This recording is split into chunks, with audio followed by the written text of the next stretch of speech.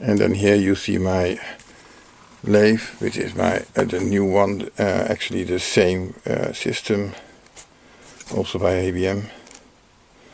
It works, it's quite small also, and many times you have to remove the tailstock to just be able to turn things because it's too small, but it's possible with an extra support, of course, and some other ways I use to do this.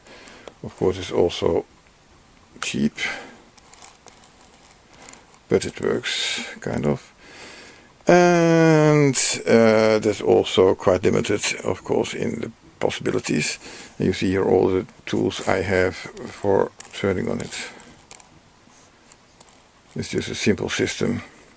I use some cooling, which is just like on this little can with coolant, and then just drips down, or I can use air to put it on.